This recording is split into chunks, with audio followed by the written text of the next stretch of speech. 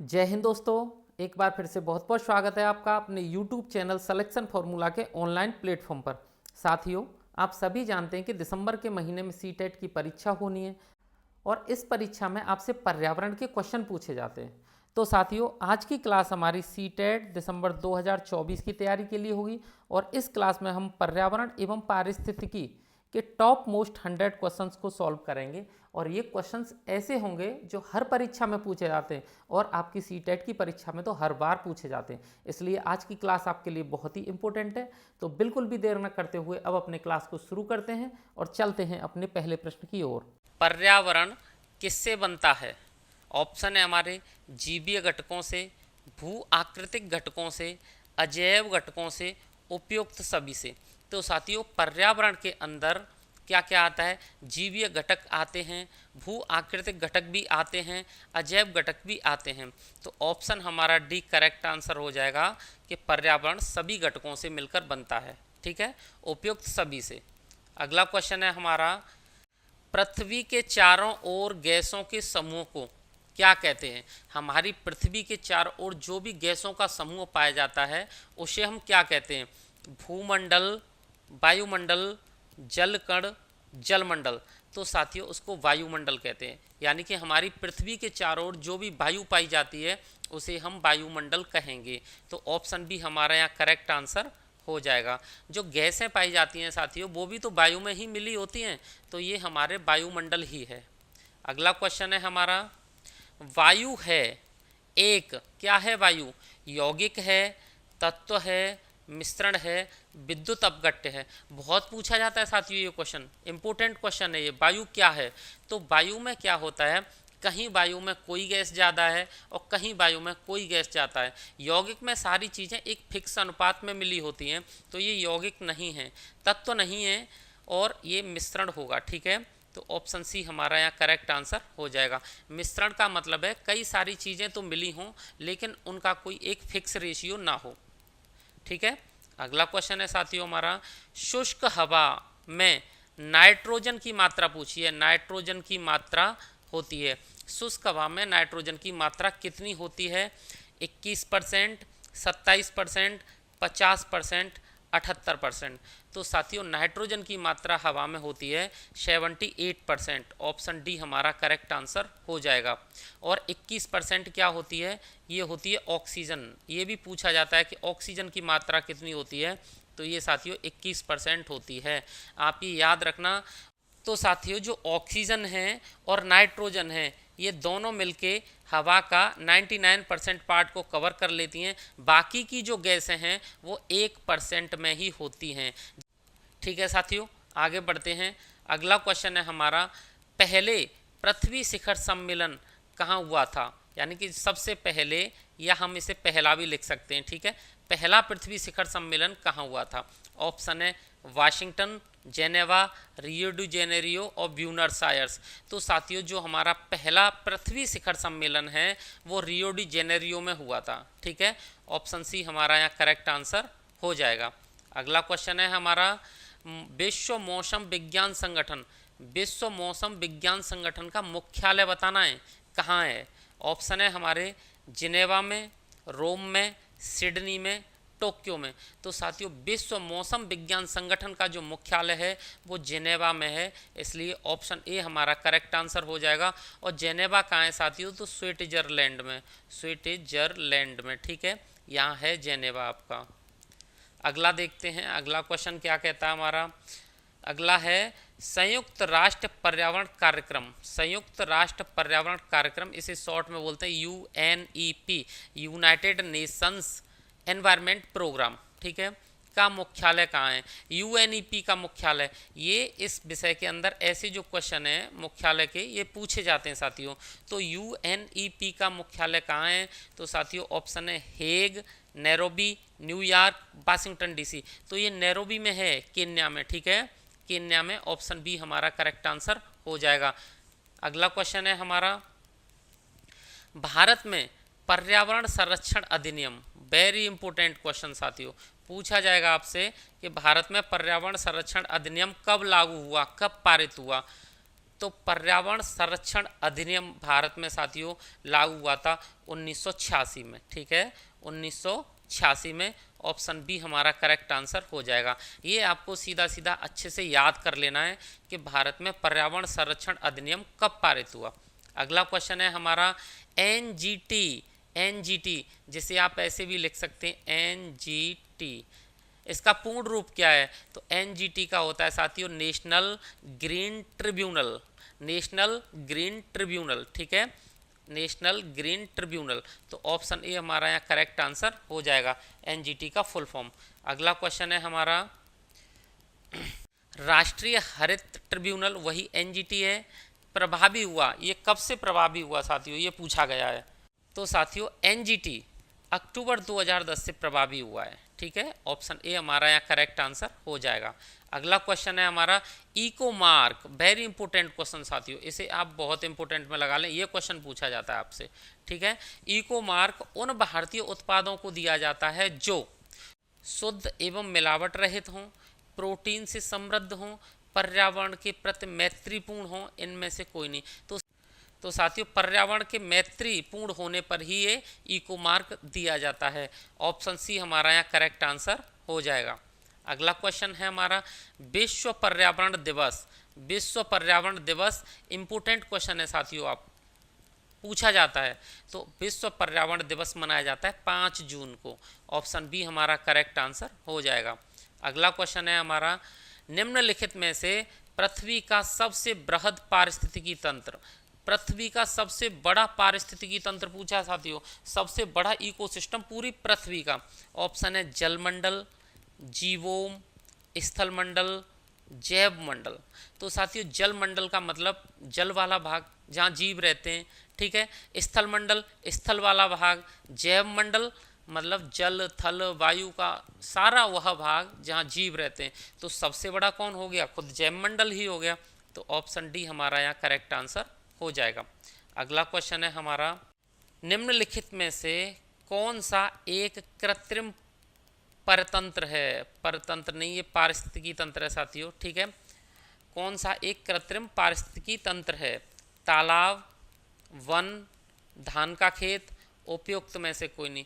तो साथियों तालाब, तालाब तो प्राकृतिक होता है, ठीक है, और कृत्रिम भी हो सकता है। वन प्राकृतिक होता है, ये भी हमारा सही आंसर नहीं होगा। लेकिन जो धान का खेत है वो कृत्रिम ही होता है, इसलिए हमारा ऑप्शन सी यहाँ करेक्ट आंसर हो जाएगा कि धान का खेत एक कृत्रिम पारतंत्र है।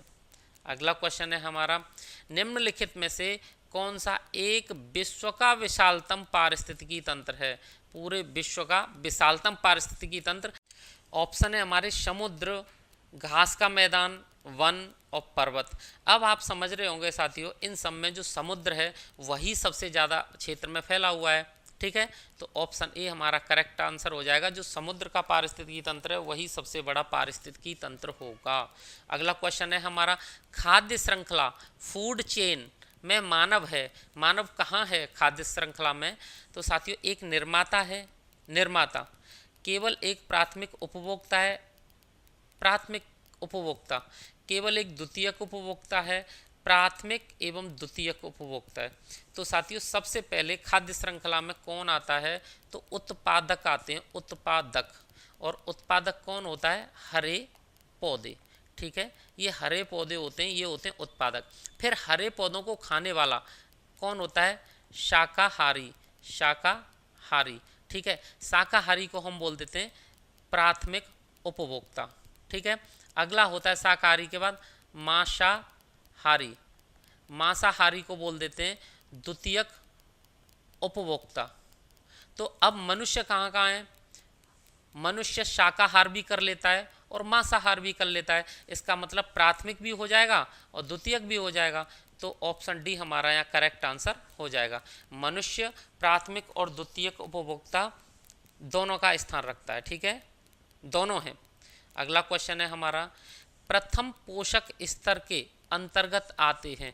प्रथम पोषक स्तर बताना है साथियों, शाकाहारी जंतु, मांसाहारी जंतु, शरभक्षी जंतु, हरित पादप। तो साथियों प्रथम पोषक स्तर के अंतर्गत उत्पादक आते हैं। कौन आता है इस स्तर पे? उत्पादक। और उत्पादक कौन होता है? उत्पादक होते हैं साथियों हरे पौधे। अब ये क्यों आते हैं? क्योंकि प्रथम पोषक स्तर है, यहाँ भी किसी का पोषण हो रहा है, ये भी सूरज से प्रकाश प्राप्त करके क्लोरोफिल वगैरह की उपस्थिति में अपना भोजन बनाते हैं, जितने भी हरे पौधे। तो ये प्रथम पोषक स्तर होता है, यहाँ पे ये भी पोषण करते हैं, तो हरित पादप प्रथम पोषक स्तर में आते हैं। ऑप्शन डी हमारा करेक्ट आंसर हो जाएगा। अगला क्वेश्चन है हमारा, पारिस्थितिकी निकाय में ऊर्जा का प्राथमिक स्रोत है। पारिस्थितिकी निकाय में ऊर्जा का प्राथमिक स्रोत बताना है साथियों। सूर्य होता है साथियों, सौर ऊर्जा यहाँ हमारा करेक्ट आंसर हो जाएगा। ठीक है, क्योंकि प्रथम दृष्टया हमें जो एनर्जी मिल रही है वो सूरज से ही मिलती है। सबसे पहले कहाँ से मिलती है? सन से। और सन के बाद जो एनर्जी है वो किस पर आ जाती है? तो पौधों पे आ जाती है। पौधे इस एनर्जी को लेके भोजन बना लेते हैं। पौधों के बाद किस पे आती है एनर्जी? शाकाहारी पे जा रही है। ठीक है, और शाकाहारी के बाद किस पे जा रही है? मांसाहारी पे जा रही है साथियों, मांसाहारी के पास। और मांसाहारी के बाद ये एनर्जी कहाँ जा रही है? सर्वाहारी पे जा रही है। ऐसे करके एनर्जी आगे आगे बढ़ती रहती है। और ध्यान रखना, सन जितनी एनर्जी पौधे को देगा, सन जितनी एनर्जी पौधे को देगा, पौधे से अगले उसमें जाएगी केवल 10% एनर्जी, बाकी का ह्रास हो जाता है। अगले में फिर 10% एनर्जी, तो ऊर्जा हमेशा हर स्तर पर कम होती चली जाती है। इतना याद रखना। ठीक है साथियों, तो इसीलिए ऊर्जा का अगर हम पिरामिड बनाएंगे तो वो हमेशा सीधा ही बनता है। ये भी क्वेश्चन पूछा जाता है आपसे। अगला क्वेश्चन है हमारा, किसी भी पारिस्थितिकी तंत्र में ऊर्जा का पिरामिड होता है। ये तो हमने देखो अभी डिस्कस कर लिया, कौन सा होता है? तो ये हमेशा सीधा ही होगा। ठीक है, पहले पोषक स्तर पर ज़्यादा ऊर्जा होगी, दूसरे पे कम, तीसरे पे कम, और कम ही होती चली जाती है। तो ऑप्शन ए हमारा यहाँ करेक्ट आंसर हो जाएगा। अगला क्वेश्चन है साथियों, पारिस्थितिकी तंत्र में उच्चतम पोषण स्तर प्राप्त है। उच्चतम पोषण स्तर पर कौन होता है? तो मैंने सबसे पहले अभी बताया था साथियों आपको कि सबसे पहले उत्पादक होते हैं, उनको ऊर्जा का पोषक स्तर होता है, उसके बाद शाकाहारी, उसके बाद मांसाहारी, लेकिन सबसे लास्ट में सर्वाहारी। तो सर्वाहारी हमारा उच्चतम पोषण स्तर पर हो जाएगा। ऑप्शन सी हम यहाँ करेक्ट कर देंगे। मनुष्य क्या है? मनुष्य भी साथियों सर्वाहारी है, क्योंकि वो शाकाहार भी कर लेता है और मांसाहार भी कर लेता है। अगला क्वेश्चन है हमारा, चिपको आंदोलन संबंधित है। चिपको आंदोलन किससे संबंधित है? पादप संरक्षण से, बाघ परियोजना से, घड़ियाल परियोजना से, पादप प्रजनन से। तो साथियों चिपको आंदोलन पादप संरक्षण से संबंधित है। जब ज़्यादा पेड़ों को काटा जा रहा था तब पेड़ों से चिपक चिपक कर पेड़ों की रक्षा की गई थी, इसीलिए इस आंदोलन का नाम चिपको आंदोलन है, जिसका मुख्य प्रणेता साथियों सुंदरलाल बहुगुणा को माना जाता है। हालांकि सुंदरलाल बहुगुणा से पहले ही ये आंदोलन किसी ने स्टार्ट कर दिया था, लेकिन सुंदरलाल बहुगुणा के नेतृत्व में ये आंदोलन बहुत बड़ा व्यापक रूप ले गया था। ठीक है, तो ऑप्शन ए हमारा यहाँ करेक्ट आंसर हो जाएगा। चिपको आंदोलन पादप संरक्षण से संबंधित है। अगला क्वेश्चन है हमारा, कौन सा वृक्ष पर्यावरण के लिए खतरा है? वेरी इंपॉर्टेंट क्वेश्चन साथियों, पूछा जाता है एग्जाम में। कौन सा वृक्ष पर्यावरण के लिए खतरा है? ऑप्शन है यूकेलिप्टस, नीम, केला, बबूल। तो साथियों वो है यूकेलिप्टस। ठीक है, ऑप्शन ए हमारा करेक्ट आंसर हो जाएगा। अगला क्वेश्चन देख लेते हैं अपना। हमारा अगला क्वेश्चन है, सर्वाधिक स्थायी पारिस्थितिकी तंत्र है। सर्वाधिक स्थायी पारिस्थितिकी तंत्र कौन सा है ये बताना है। मरुस्थल, पर्वत, महासागर, वन। तो साथियों इनमें से सर्वाधिक स्थायी पारिस्थितिकी तंत्र महासागर आंसर हो जाएगा। अगला क्वेश्चन है, सर्वाधिक जैव विविधता पाई जाती है। सर्वाधिक जैव विविधता कहाँ पाई जाती है? टुंड्रा प्रदेश में, टुंड्रा प्रदेश में, शंकुधारी वनों में, उष्ण कटिबंधीय वर्षा वनों में, शीतोष्ण वनों में। तो साथियों सर्वाधिक जैव विविधता का मतलब है सर्वाधिक जीवों की जातियाँ, तरह तरह के जीव, तरह तरह के पक्षी, सब कुछ जितने भी जीव हैं उनकी ज़्यादा से ज़्यादा जातियाँ तो ये पाई जाती हैं साथियों उष्ण कटिबंधीय वर्षा वनों में। ठीक है, तो ऑप्शन सी हमारा करेक्ट आंसर हो जाएगा। अगला क्वेश्चन है, निम्न में से सर्वाधिक जैव विविधता पाई जाती है। शांत घाटी में, सुरमा घाटी में, फूलों की घाटी में, कश्मीर घाटी में। तो साथियों शांत घाटी इसका आंसर होगा, साइलेंट वैली। ठीक है, ऑप्शन ए हमारा करेक्ट आंसर हो जाएगा। अगला क्वेश्चन है, निम्नलिखित में से किसे भारत में जैव विविध हॉटस्पॉट के रूप में पहचाना जाता है। जैव विविध हॉटस्पॉट बताना है साथियों, ठीक है।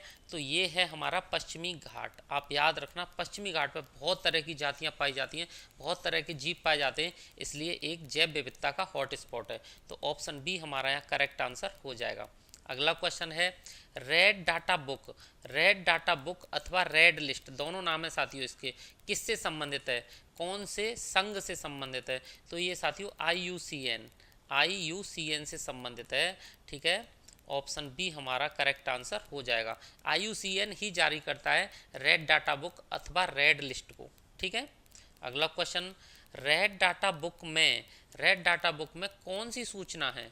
रेड डाटा बुक में जो सूचना होती है साथियों वो ऐसे जीव जंतुओं की होती है जो लुप्त प्राय हैं, ठीक है, जो लुप्त होने वाले हैं, अति संकटग्रस्त हैं, जिन पर बहुत ही रेड अलर्ट है, खतरा है, ठीक है।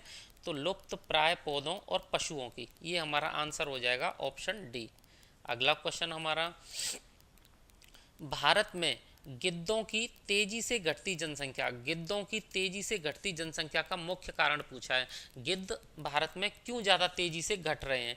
तो साथियों जो हमारे मवेशी होती है ना, पशु, उनको अगर दर्द होता है तो उनको एक पेन किलर दिया जाता है डाइक्लोफिनेक। इस दवा के कारण पशुओं में एक पॉइजन क्रिएट हो जाता है और जब वो पशु मर जाता है, गिद्ध उसके मांस को खाते हैं, तो इस डाइक्लोफिनेक दवा के कारण ही गिद्धों की संख्या तेजी से घटती जा रही है, ठीक है। तो ऑप्शन ए हमारा यहाँ करेक्ट आंसर हो जाएगा। अगला क्वेश्चन है रामसर सम्मेलन संबंधित हैं। तो साथियों रामसर साइट के बारे में आपने खूब सुना होगा। जो रामसर सम्मेलन है वो वेटलैंड से संबंधित होते हैं, आर्द्र भूमियों से। तो आर्द्र भूमि संरक्षण से संबंधित है रामसर सम्मेलन। ऑप्शन डी हमारा यहाँ करेक्ट आंसर हो जाएगा। अगला क्वेश्चन है साथियों, वेटलैंड दिवस कब मनाया जाता है? Wetland day. तो साथियों 2 फरवरी को मनाया जाता है वेटलैंड डे। ऑप्शन ए हमारा करेक्ट आंसर हो जाएगा। एग्जाम के लिए ये क्वेश्चन बहुत इंपॉर्टेंट क्वेश्चन है साथियों। अगला है हमारा, भारत में जैव विविधता अधिनियम किस वर्ष पारित हुआ? भारत में जैव विविधता अधिनियम किस वर्ष पारित हुआ? तो साथियों भारत के अंदर जो जैव विविधता अधिनियम है वो 2002 में पारित हुआ था, ठीक है, 2002 में। ऑप्शन बी हमारा यहाँ करेक्ट आंसर हो जाएगा। इंपॉर्टेंट क्वेश्चन है, आप स्टार लगा लीजिएगा इस पर। अगला क्वेश्चन है हमारा, पृथ्वी पर सबसे लंबा जीवित वृक्ष है। पृथ्वी पर सबसे लंबा जीवित वृक्ष बताना है साथियों। तो एक वृक्ष है सिकोया डेंड्रोन, सिकोया डेंड्रोन। तो यहाँ सिकोया दिया है, तो ऑप्शन बी हमारा करेक्ट आंसर होगा इसका। अगला क्वेश्चन है हमारा, ग्रीन हाउस प्रभाव। ग्रीन हाउस प्रभाव क्या है? तो साथियों थोड़ा सा समझा दूं, जब सन से, ये मान लीजिए कि सन है, सन से जब विकिरण आता है नीचे पृथ्वी पर, तो सन और पृथ्वी से जो सन से, तो साथियों सन से जो विकिरण आ रहा है पृथ्वी की तरफ वो लघु विकिरण होता है। वो सारी गैसों के परिमंडल को, जितने भी गैस हैं बीच में पृथ्वी के ऊपर जो भी वातावरण है उसे पार करके धरती पर आ जाता है, और जब वो पृथ्वी से टकरा जाती है विकिरण तो वो दीर्घ पार्थिव विकिरण में बदल जाती है जो गैसों को पार नहीं कर पाती। यानी कि जो गैसें हैं कुछ, वो उस विकिरण को खुद में सोख लेती हैं और पृथ्वी का वातावरण गर्म होता चला जाता है। तो क्या है ये ग्रीन हाउस प्रभाव? ये गैसें हैं जो कि विकिरण को सोख लेती हैं और पृथ्वी के वातावरण को गर्म बना देती हैं, ठीक है। तो गैसों के वायुमंडल में जमा होने से पृथ्वी के वातावरण का गर्म होना, यही होता है हमारा ग्रीन हाउस प्रभाव या ग्रीन हाउस इफेक्ट। इसे हरित ग्रह प्रभाव भी बोलते हैं। तो ऑप्शन ए हमारा यहाँ करेक्ट आंसर हो जाएगा, ठीक है। नेक्स्ट क्वेश्चन है, पर्यावरण में ग्रीन हाउस प्रभाव में वृद्धि होती है। पर्यावरण में जो ग्रीन हाउस प्रभाव है उसमें वृद्धि किससे होती है? तो साथियों इसके लिए बस एक ही गैस सबसे ज़्यादा जिम्मेवार होती है, उसका नाम है CO2, carbon dioxide. Carbon dioxide के कारण ऑप्शन बी हमारा यहाँ करेक्ट आंसर हो जाएगा। ये साथियों इस वीडियो में आपके लिए जो भी क्वेश्चन दिए जा रहे हैं वेरी वेरी वेरी इंपॉर्टेंट है। मैं हर क्वेश्चन पे स्टार नहीं लगवाऊंगा, इंपॉर्टेंट नहीं बताऊंगा। आप सारे क्वेश्चंस को बराबर समझिए, एग्जाम के लिए इतने इंपॉर्टेंट है, ठीक है। अगला क्वेश्चन है हमारा, कौन सी ग्रीन हाउस गैस धान के खेत से उत्सर्जित होती है? Very important question. धान के खेत से कौन सी ग्रीन हाउस गैस निकलती है?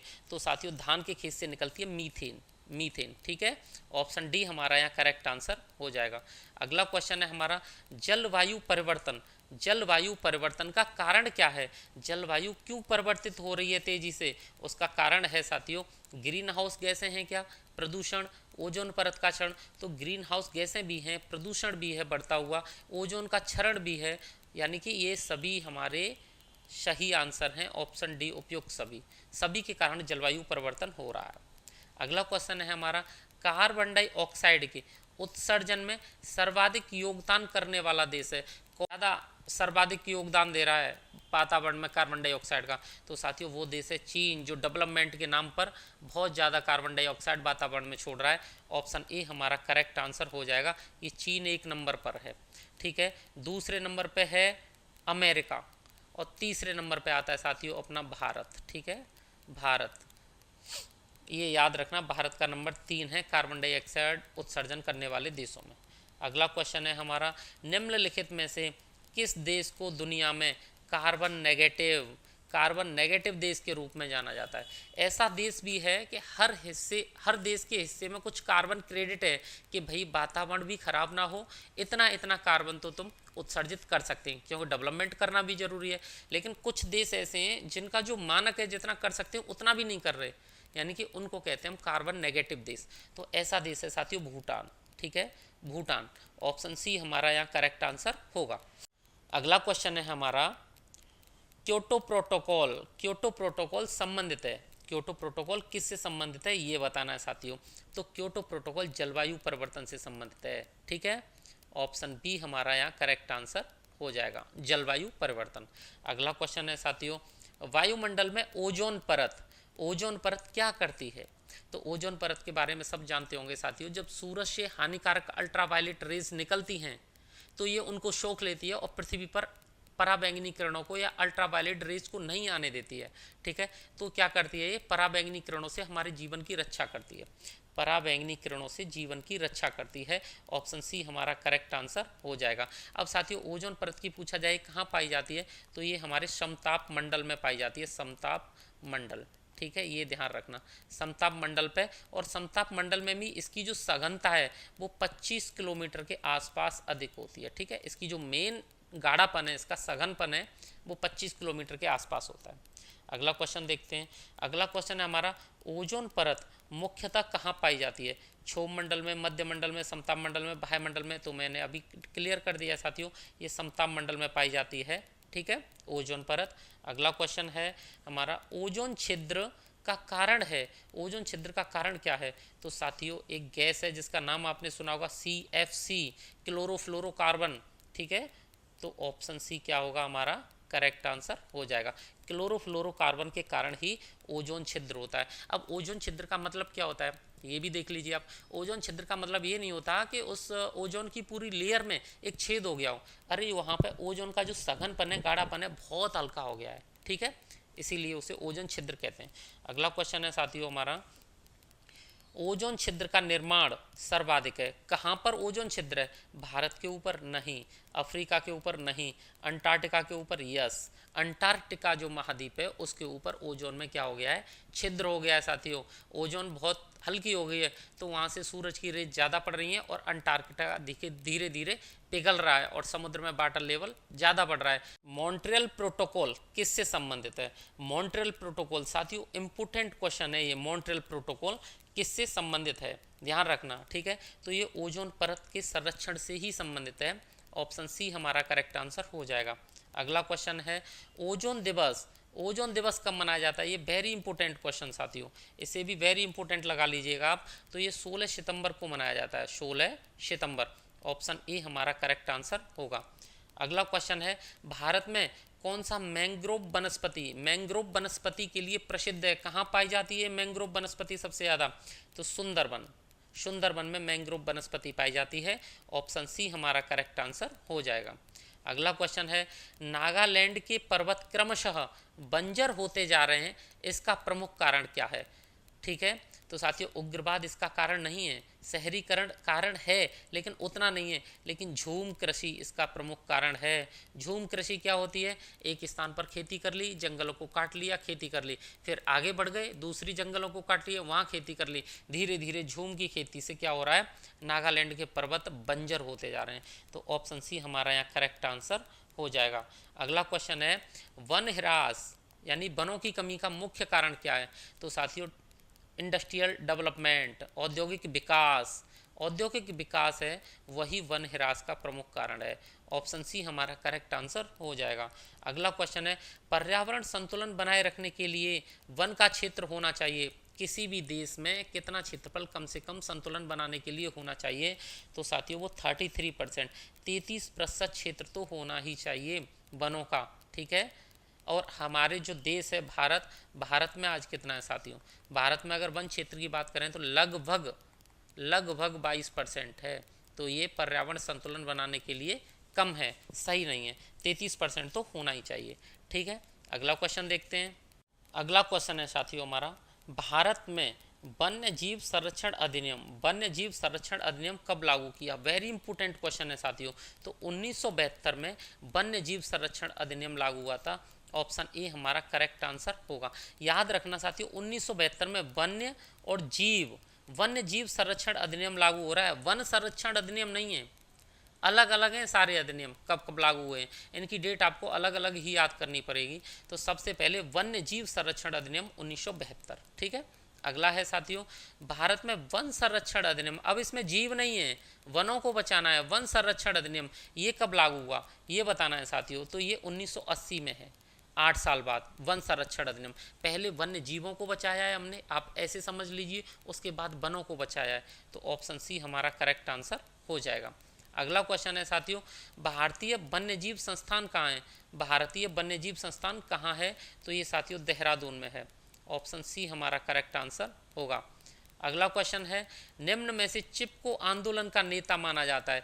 चिपको आंदोलन का नेता किसे माना जाता है? तो साथियों सुंदरलाल बहुगुणा को चिपको आंदोलन का नेता माना जाता है।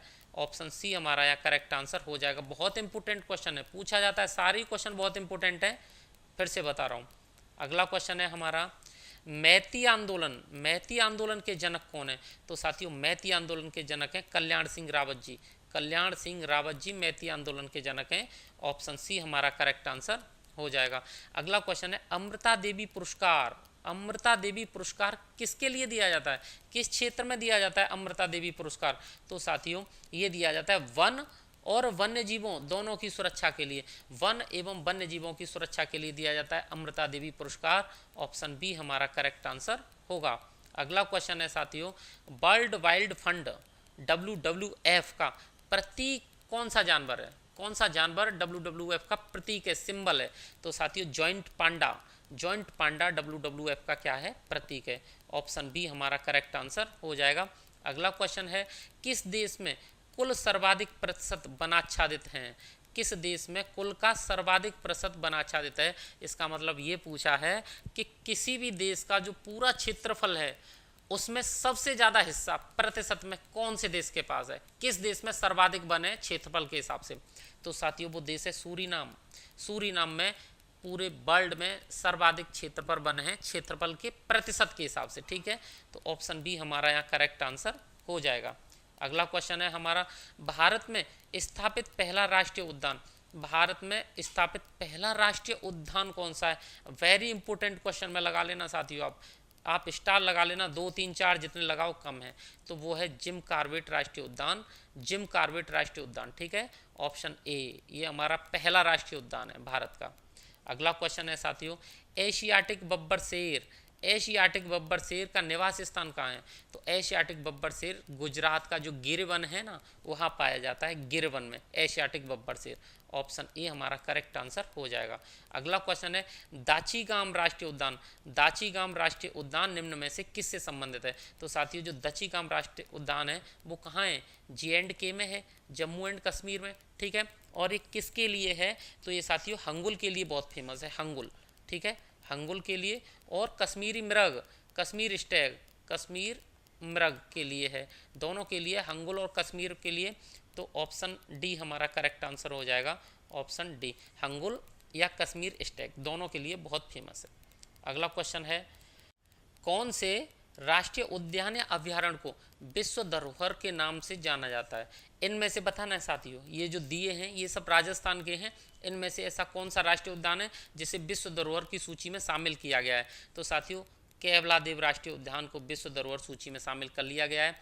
इसका दूसरा नाम भी है एक फेमस, उस नाम से भी क्वेश्चन आता है, घाना पक्षी विहार भी बोलते हैं इसे, ठीक है, घाना पक्षी विहार। आप ध्यान रखना, ये भी इसका नाम है। तो घाना पक्षी विहार या केवलादेव राष्ट्रीय उद्यान को सूची में शामिल किया गया है विश्व धरोहर सूची में। ऑप्शन बी हमारा यहाँ करेक्ट आंसर हो जाएगा। अगला क्वेश्चन है हमारा, गैंडे को पुनर्वासित करने का कार्य किस राष्ट्रीय उद्यान में चल रहा है? गैंडे को पुनर्वासित करना है तो किस राष्ट्रीय उद्यान में काम चल रहा है, ये क्वेश्चन है हमारा। तो साथियों दुधवा राष्ट्रीय उद्यान में चल रहा है ये काम। ऑप्शन बी हमारा करेक्ट आंसर हो जाएगा। अगला क्वेश्चन है हमारा, सरिस्का और रणथंभौर, सरिस्का और रणथंभौर निम्न में से किन जानवरों के लिए संरक्षित हैं? सरिस्का और रणथंभौर का बताना है। तो साथियों ये बाघ, सरिस्का और रणथंभौर दोनों राजस्थान के हैं और ये बाघ के लिए फेमस हैं। बाघ को यहाँ संरक्षित किया जा रहा है। ऑप्शन सी हमारा करेक्ट आंसर होगा। अगला क्वेश्चन है, भारत की प्रथम डॉल्फिन वेधशाला कहाँ है? तो भारत की जो पहली डॉल्फिन वेधशाला साथियों वो बिहार में है। ठीक है, ऑप्शन सी हमारा करेक्ट आंसर हो जाएगा। अगला क्वेश्चन है हमारा, केबुल लामजाओ राष्ट्रीय उद्यान, स्टार लगा लीजिए जितने लगा सकते हैं, वेरी इंपॉर्टेंट है साथियों। ये कहाँ है केबुल लामजाओ राष्ट्रीय उद्यान? तो साथियों ये मणिपुर में है, मणिपुर। ठीक है, और मणिपुर की एक झील है लोकटक झील। कौन सी झील साथियों? मणिपुर की झील लोकटक झील में है ये केबुल लामजाओ। तो किस झील में अवस्थित है यही पूछा गया है, तो लोकटक झील में। ऑप्शन सी हमारा करेक्ट आंसर हो जाएगा। और ये जो राष्ट्रीय उद्यान है केबुल लामजाओ, ये एक तैरता राष्ट्रीय उद्यान है, झील में है, तैरता राष्ट्रीय उद्यान के नाम से भी क्वेश्चन आता है। अगला क्वेश्चन है साथियों हमारा, नंदा देवी जैव मंडल किस राज्य में है? तो साथियों ये है उत्तराखंड में नंदा देवी। ठीक है, ऑप्शन डी हमारा करेक्ट आंसर हो जाएगा। अगला क्वेश्चन है, जंगली गधों का अभयारण्य कहाँ है? जंगली गधों का, तो साथियों आपने गुजरात सुना होगा, गुजरात में एक स्थान है कच्छ। तो साथियों गुजरात के कच्छ में है जंगली गधों का अभयारण्य। ऑप्शन डी हमारा करेक्ट आंसर होगा। अगला क्वेश्चन है, भारत का प्रथम तितली उद्यान कहाँ पर है? प्रथम तितली उद्यान, very very very important question साथियों। ठीक है, जितने स्टार लगाना चाहें लगा सकते हैं। तो प्रथम तितली उद्यान भारत का है बेंगलुरु में, बेंगलोर में। ठीक है, और इसका नाम है बन्नेरघट्टा जैविक उद्यान, बन्नेरघट्टा जैविक उद्यान। ऑप्शन ए हमारा यहाँ करेक्ट आंसर हो जाएगा। अगला क्वेश्चन है हमारा, अंतर्राष्ट्रीय टाइगर दिवस मनाया जाता है। ये अंतर्राष्ट्रीय टाइगर दिवस कब मनाया जाता है? तो ये साथियों 29 जुलाई को मनाया जाता है। ठीक है, आप याद कर लेना। ऑप्शन बी हमारा करेक्ट आंसर हो जाएगा। अगला क्वेश्चन है, भारत में प्रोजेक्ट टाइगर कब प्रारंभ किया गया? भारत में प्रोजेक्ट टाइगर कब प्रारंभ किया गया? बहुत ही इंपॉर्टेंट क्वेश्चन है साथियों। तो ये 1973 में प्रारंभ किया गया था। ऑप्शन बी हमारा करेक्ट आंसर हो जाएगा। अगला क्वेश्चन है, भारत में हाथी परियोजना की शुरुआत कब की गई? बहुत इंपॉर्टेंट क्वेश्चन है साथियों, स्टार लगा लें आप इस पे भी। तो ये 1992 में हाथी परियोजना शुरू की गई है भारत में। ऑप्शन बी हमारा करेक्ट आंसर होगा। अगला क्वेश्चन है हमारा, विश्व का सबसे बड़ा वानस्पतिक उद्यान कहाँ है? अब विश्व का पूछा है साथियों, वर्ल्ड का, तो सबसे बड़ा वानस्पतिक उद्यान है इंग्लैंड में। ठीक है, और उसका नाम है क्यू वानस्पतिक उद्यान इंग्लैंड में। ऑप्शन ए हमारा यहाँ करेक्ट आंसर होगा। अगला क्वेश्चन है हमारा, निम्न में से कौन सा एक ऊर्जा का नवीकरणीय स्रोत है? कोयला साथियों, इसे नवीकरणीय थोड़ी है। ठीक है, ये तो पारंपरिक कह सकते हैं, इसे पारंपरिक स्रोत है। जीवाश्म ईंधन एक ये नहीं है, पेट्रोल भी नहीं है। ठीक है, नाभिकीय ऊर्जा भी नहीं है, ये सब खत्म हो सकते हैं। लेकिन सौर ऊर्जा एक नवीकरणीय स्रोत है जो कभी खत्म नहीं हो सकता, अच्छा स्रोत है इसका। तो ऑप्शन डी हमारा यहाँ करेक्ट आंसर हो जाएगा। अगला क्वेश्चन है साथियों, ऊर्जा संकट से क्या तात्पर्य है? तो ऊर्जा संकट समझा जाता है कि जो हमारा जीवाश्म ईंधन है वो समाप्त हो जाएगा, तो ऊर्जा संकट, एनर्जी क्राइसिस आ जाएगा। ठीक है, तो कोयला तथा पेट्रोल की समाप्ति होने का खतरा, किस नहीं साथियों, की समाप्ति होने का खतरा। ऑप्शन डी हमारा करेक्ट आंसर हो जाएगा। अगला क्वेश्चन है हमारा, ऊर्जा के किस रूप में प्रदूषण की समस्या नहीं होती? यानी कि एनर्जी का ऐसा कौन सा रूप है जिसमें बिल्कुल भी प्रदूषण नहीं होता? तो साथियों सौर ऊर्जा ही है जिसमें कोई भी प्रदूषण नहीं होता। ऑप्शन डी हमारा यहाँ करेक्ट आंसर हो जाएगा। अगला क्वेश्चन है हमारा, निम्नलिखित में से कौन सी बायोडीजल की फसल है? बायोडीजल की फसल, इंपोर्टेंट क्वेश्चन लगा लेना आप, इसको पूछा जाता है। बायोडीजल की फसल कौन सी है? तो साथियों जेट्रोफा की फसल। जेट्रोफा एक ऐसा पौधा होता है जिससे बायोडीजल तैयार किया जाता है। ठीक है, तो ऑप्शन डी हमारा यहाँ करेक्ट आंसर हो जाएगा।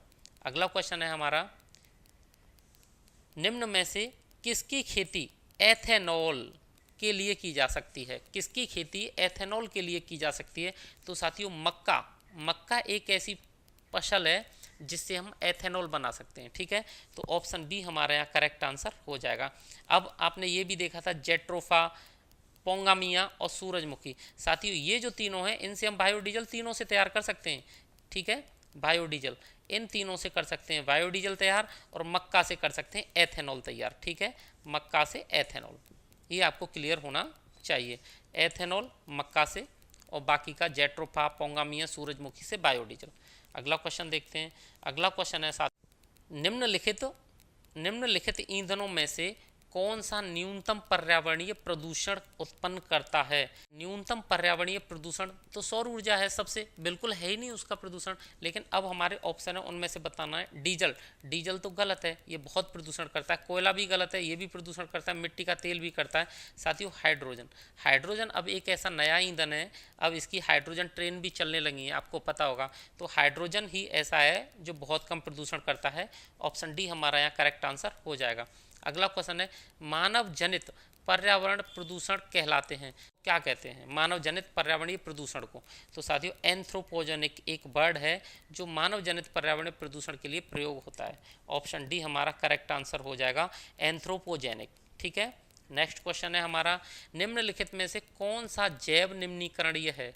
कौन सा जैव निम्नीकरणीय है? सबसे पहले निम्नीकरणीय का मतलब समझ में आना चाहिए, जिसका अपघटन हो जाता है, जो टूट जाता है, बिखर जाता है और दोबारा से मिट्टी में मिल जाता है। तो प्लास्टिक नहीं है साथियों, ये जल्दी से नहीं मिलती, बहुत बेकार चीज़ है। पॉलीथीन भी ऐसा ही है, पारा भी ऐसा ही है, ये सब जैव निम्नीकरणीय नहीं है। ठीक है, रबर, रबर तो साथियों रबर जैव निम्नीकरणीय में आती है। ऑप्शन डी हमारा करेक्ट आंसर हो जाएगा। इंपोर्टेंट क्वेश्चन है।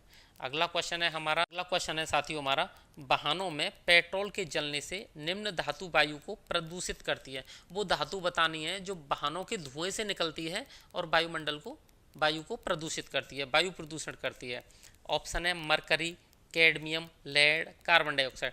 तो साथियों वाहनों के धुएं में लेड निकलता है। ठीक है, लेड, पीबी निकलता है। ऑप्शन सी हमारा करेक्ट आंसर हो जाएगा। और ये लेड पीबी है, यही हमें फेफड़ों के रोग करता है, बीमारियां करता है, और ये हवा को प्रदूषित करता है। अगला क्वेश्चन है हमारा, सीएनजी का मुख्य घटक क्या है? तो साथियों सीएनजी का मुख्य घटक होता है मीथेन को CH4 लिखते हैं, जानते हो ना, तो मीथेन होता है। ऑप्शन डी हमारा यहाँ करेक्ट आंसर हो जाएगा। अगला क्वेश्चन है हमारा, निम्न में से कौन सा प्रदूषण संकेतक पौधा है जो साथियों प्रदूषण का संकेत देता है हमें? शैवाल नहीं, कवक नहीं, लाइकेन यस। तो लाइकेन वो पौधा है जो प्रदूषण का संकेतक है। ठीक है, ऑप्शन सी हमारा करेक्ट आंसर हो जाएगा। अब लाइकेन होता क्या है? तो लाइकेन शैवाल प्लस कवक से जो मिलकर बनता है उसे सैक कहते हैं हिंदी में। सै मतलब शैवाल का पहला अक्षर, कवक का पहला अक्षर क, सैक, और इंग्लिश में बोलते हैं लाइकेन। ठीक है, नेक्स्ट क्वेश्चन है हमारा, लाइकेन्स सबसे अच्छे सूचक हैं। कौन से प्रदूषण के सबसे अच्छे सूचक हैं? तो साथियों वायु प्रदूषण को प्रदर्शित करते हैं। ठीक है, ऑप्शन ए हमारा करेक्ट आंसर हो जाएगा। अगला क्वेश्चन है हमारा, निम्न में से कौन अम्ल वर्षा के लिए उत्तरदायी है? अम्ल वर्षा के लिए, तो अम्ल वर्षा साथियों जहाँ आ जाए वहाँ आप ध्यान रखना, नाइट्रस ऑक्साइड और सल्फर डाइऑक्साइड, ये दोनों अम्ल वर्षा के लिए उत्तरदायी हैं। ऑप्शन डी हमारा करेक्ट आंसर हो जाएगा। अगला क्वेश्चन है हमारा, अम्ल वर्षा में कौन सा अम्ल उपस्थित रहता है?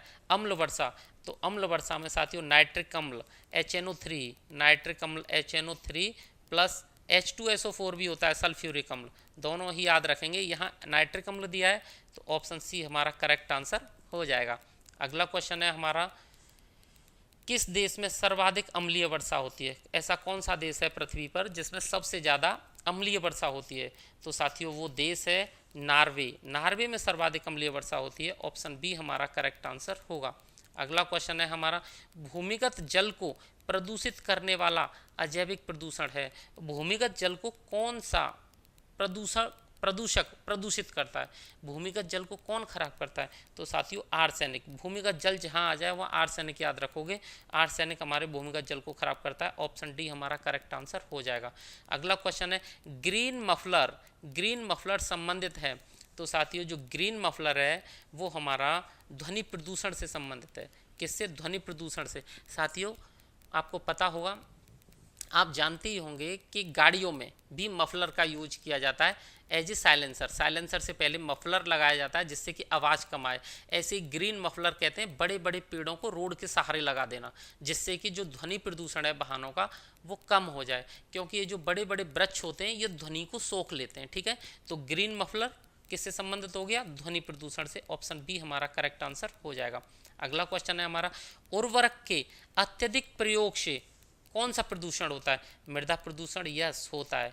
जल प्रदूषण ये भी होता है, जब मृदा में ज़्यादा उर्वरक होंगे वो पानी के साथ बह के पानी में जाएंगे तो पानी को भी खराब करेंगे।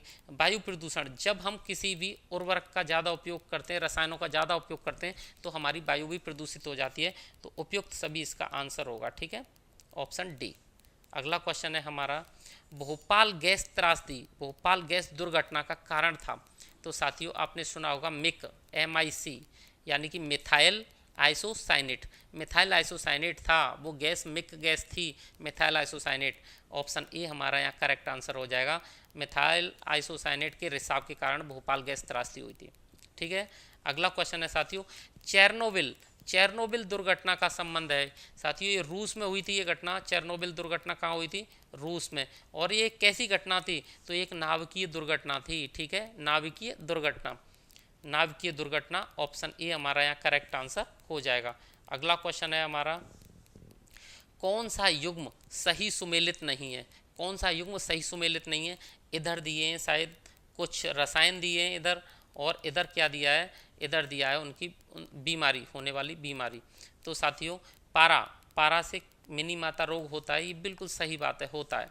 ठीक है, कैडमियम से इटाई रोग होता है, बहुत अच्छा है, होता है।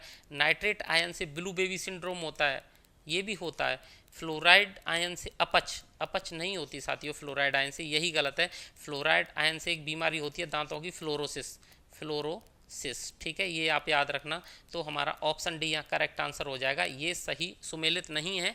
यहाँ इस स्लाइड से आपको साथियों कुछ बीमारी याद हो जाएंगी। पारे से कौन सी बीमारी होती है? तो मिनी माता होती है। कैडमियम से इटाई रोग होता है। नाइट्रेट से ब्लू बेबी सिंड्रोम होता है। और ये एग्जाम के लिए बहुत ही इंपॉर्टेंट है, जितने स्टार लगा सकते हैं आप लगा लें। ठीक है, आपसे ये साइंस में पूछ लिया जाएगा, ABS में पूछ लिया जाएगा, स्टैटिक GK में पूछ लिया जाएगा, कहीं भी पूछ लिया जाएगा ये क्वेश्चन। ठीक है, अगला क्वेश्चन है साथियों हमारा, जल प्रदूषण निवारण और नियंत्रण अधिनियम किस वर्ष लागू हुआ? जल प्रदूषण निवारण और नियंत्रण अधिनियम की बात कर रहे हैं। तो जल प्रदूषण निवारण एवं नियंत्रण अधिनियम 1976 में लागू हुआ था, 1974 में, 1974 में। ऑप्शन बी हमारा करेक्ट आंसर हो जाएगा। अगला क्वेश्चन है साथियों, central arid zone, central arid zone research institute स्थित है, ये कहाँ स्थित है? Central arid zone research institute.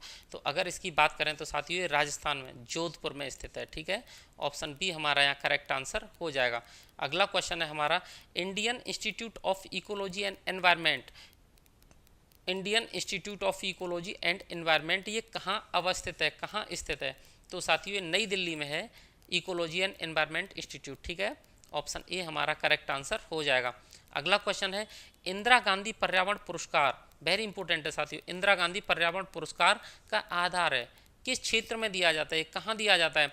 तो ये पर्यावरण में जो सार्थक योगदान होता है इसलिए दिया जाता है, पर्यावरण में सार्थक योगदान के लिए। ऑप्शन ए हमारा करेक्ट आंसर हो जाएगा।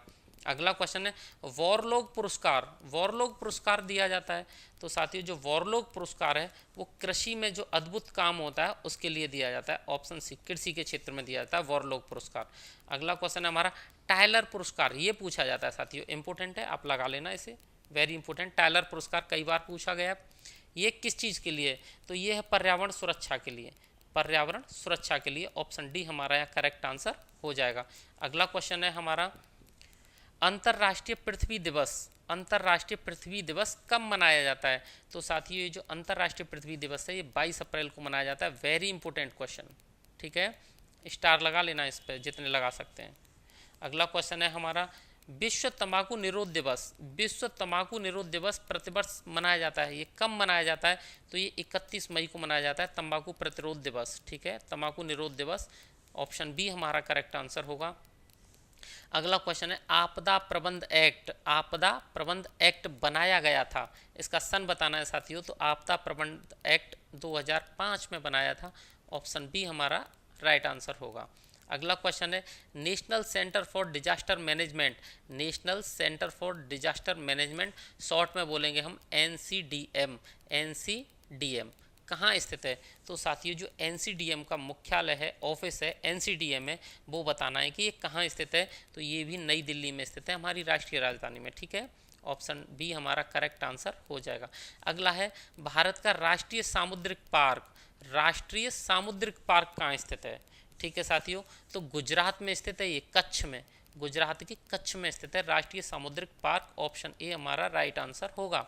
अगला क्वेश्चन है भितरकनिका विश्व धरोहर स्थलों में शामिल किया गया है, ये कहाँ स्थित है भितरकनिका? तो साथियों जो भितरकनिका है ये ओडिशा या उड़ीसा में स्थित है, पुराना नाम उड़ीसा, नया नाम ओडिशा। ठीक है, ऑप्शन सी हमारा करेक्ट आंसर हो जाएगा। अगला क्वेश्चन है हमारा समुद्री घास, समुद्री घास निम्नलिखित तत्वों का मुख्य स्रोत है, यानी कि समुद्र से जो भोजन मिलता है स्पेशली समुद्री घास, शैवाल, वो किसका प्रमुख स्रोत है? तो साथियों वो आयोडीन का प्रमुख स्रोत है। ऑप्शन ए हमारा करेक्ट आंसर हो जाएगा। अगला क्वेश्चन है हमारा उत्तर प्रदेश में प्रथम बायोटेक पार्क, प्रथम बायोटेक पार्क स्थापित किया गया था। उत्तर प्रदेश में प्रथम बायोटेक पार्क कहाँ स्थापित किया गया था? तो हमारी राजधानी में लखनऊ में, उत्तर प्रदेश की राजधानी लखनऊ में। ऑप्शन ए राइट आंसर होगा। अगला क्वेश्चन है निम्न में से किस डायनासोर का कब्रिस्तान कहते हैं? किस नहीं है साथियों, किसे होगा, किसे डायनासोर का कब्रिस्तान कहते हैं? तो साथियों वो जगह है मोन्टाना, मोन्टाना को डायनासोर का कब्रिस्तान कहा जाता है, क्योंकि यहाँ सर्वाधिक, पूरे विश्व में सर्वाधिक जो अस्थि पंजर हैं, जीवाश्म है डायनासोर के, वो मोन्टाना से मिले हैं। ठीक है, ऑप्शन बी हमारा करेक्ट आंसर हो जाएगा। अगला क्वेश्चन है हमारा विश्व स्वास्थ्य संगठन, विश्व स्वास्थ्य संगठन WHO, वर्ल्ड हेल्थ ऑर्गेनाइजेशन की स्थापना कब हुई? इंपोर्टेंट क्वेश्चन है साथियों, WHO की स्थापना कब हुई? तो ये हुई थी 7 अप्रैल 1948 को, 7 April 1948। Option C is correct answer. ठीक है, अगला क्वेश्चन है विश्व स्वास्थ्य संगठन का मुख्यालय कहाँ है? विश्व स्वास्थ्य संगठन का मुख्यालय बताना है साथियों। तो ये जेनेवा में है, स्विट्जरलैंड में। ऑप्शन बी हमारा सही उत्तर है। अगला क्वेश्चन है साथियों भारत में मिट्टी बचाओ आंदोलन, मिट्टी बचाओ आंदोलन कहाँ से प्रारंभ हुआ? भारत में जो मिट्टी बचाओ आंदोलन है वो कहाँ से प्रारंभ हुआ? तो साथियों मध्य प्रदेश के होशंगाबाद से शुरू हुआ था, होशंगाबाद मध्य प्रदेश से। Option D is correct answer. अगला क्वेश्चन है हमारा विश्व की सर्वाधिक समस्यात्मक, विश्व की सर्वाधिक समस्यात्मक जलीय घासफूस कौन सा है? तो साथियों इकोर्निया, इकोर्निया विश्व को परेशान कर रखा है इस जलीय घासफूस ने, जिसे आप इस नाम से जानते होंगे जरूर, जलकुंभी, जलकुंभी। ठीक है, इकोर्निया उसका नाम है, साइंटिफिक नेम। तो इकोर्निया यानी कि जो जलकुंभी है ये विश्व की सर्वाधिक जलीय घासफूस ऐसी है जो समस्यात्मक है, इसकी समस्या का मतलब हल नहीं है लोगों के पास, ये पूरे एरिया को घेर लेती है, पूरे पानी को ऊपर से घेर लेती है, इतना वृद्धि करती है खुद में। ठीक है, तो ऑप्शन ए हमारा यहाँ करेक्ट आंसर हो जाएगा। ठीक है साथियों, तो साथियों आज हमने इस एनवायरनमेंट की क्लास को बिल्कुल कंप्लीट कर लिया है। आज की क्लास को हम यहीं समाप्त करते हैं और ये क्लास आपके इस एग्ज़ाम के लिए बहुत ही इम्पोर्टेंट होगी।